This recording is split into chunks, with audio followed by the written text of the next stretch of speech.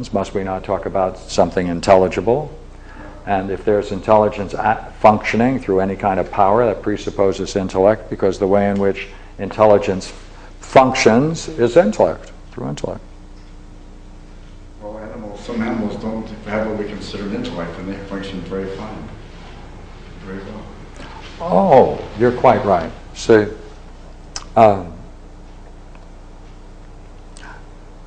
this, so in nature,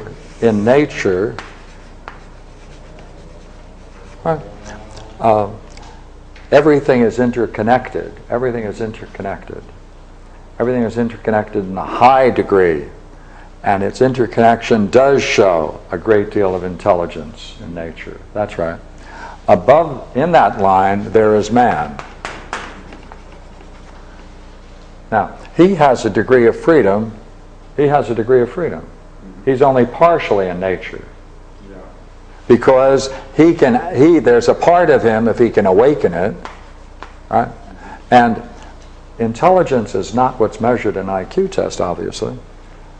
We must get a better look at what we mean by intelligence, intellect, and the intelligible. All right, let's do it. There's something in the paper recently talking about it's not the IQ, it's the emotional intelligence they're talking about now. People become successful not because they're so brilliant mentally, but sometimes they have an emotional togetherness.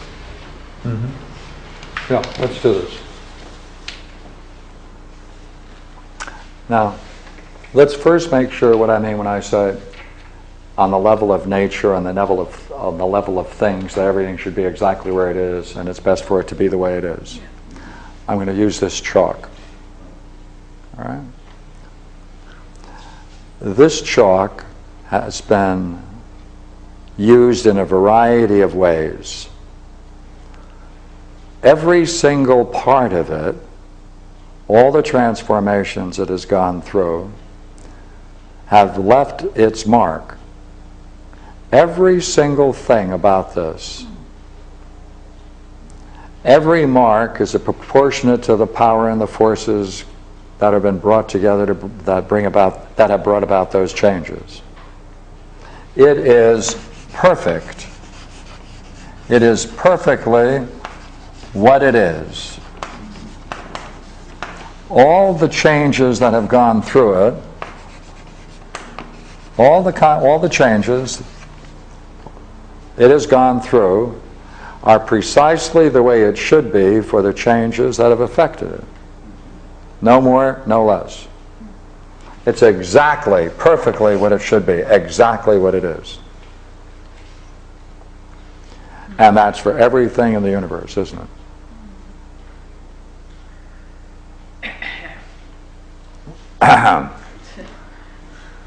We're dealing on the level of things for a moment. We're dealing with the level of things.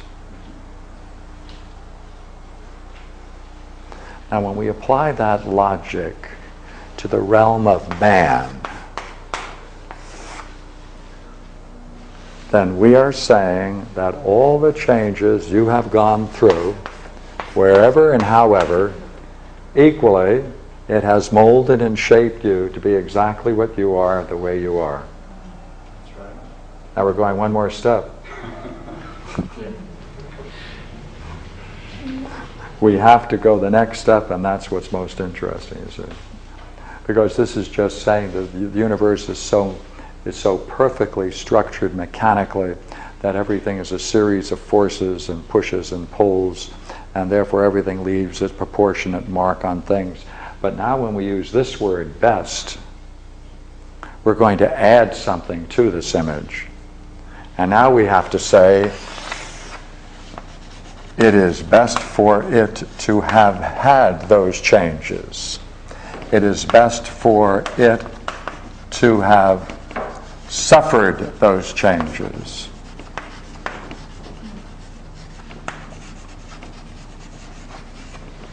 Now, this is the great riddle of Dostoevsky, isn't it? Right, that great question that's asked in Dostoevsky. If you could bring about a perfectly ideal society, perfectly ideal, in every way, but it cost 2 million lives. Would it be worth it? Miss? If it cost one life? Perfectly just. Last for thousands of years. Perfectly just society. That would be a dilemma. Go ahead. How many? How many will we sacrifice? But perfectly just 4 million? based on 2 million? on injustice. 1 million? What do we mean by that? See, Dostoevsky goes a step further and he says, if it costs even 1 tear of an innocent child, it is unjust. Yeah, based on injustice. That's right. No, I don't know whether you like that kind of argument, you see, but look here. It raises this issue, doesn't it? Now, if it raises this issue, that's the door that opens into philosophy. That's the doorway. This is the problem. That's the whole problem.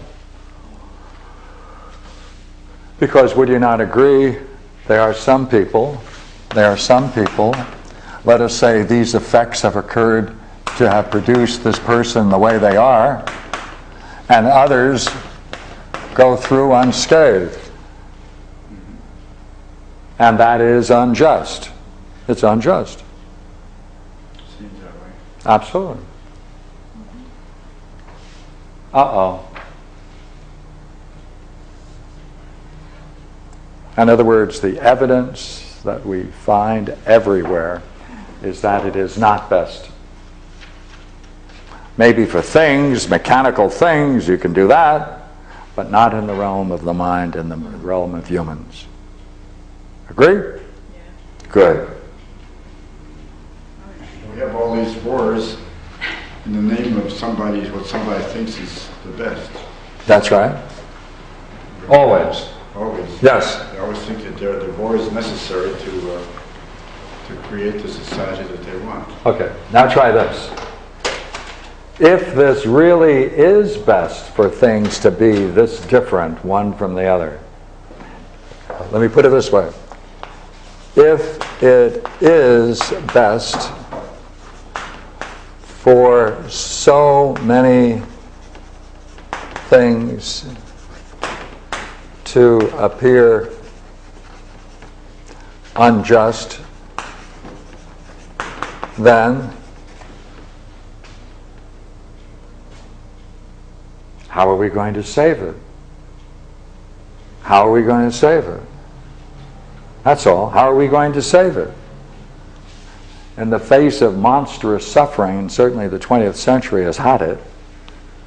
Now, a recent book, a great book, which I like recommending, it's now out in paperback.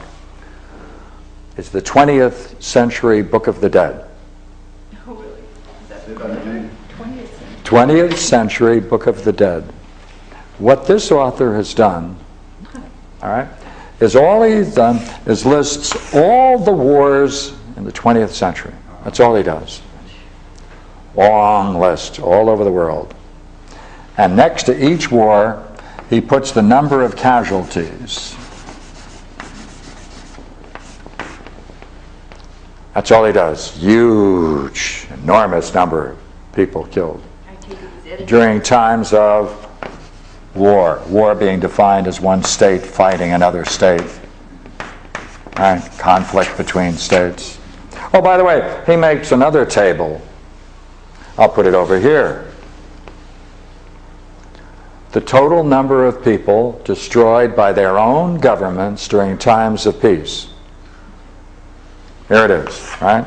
Times of peace. Number of people killed by their own governments. Which one is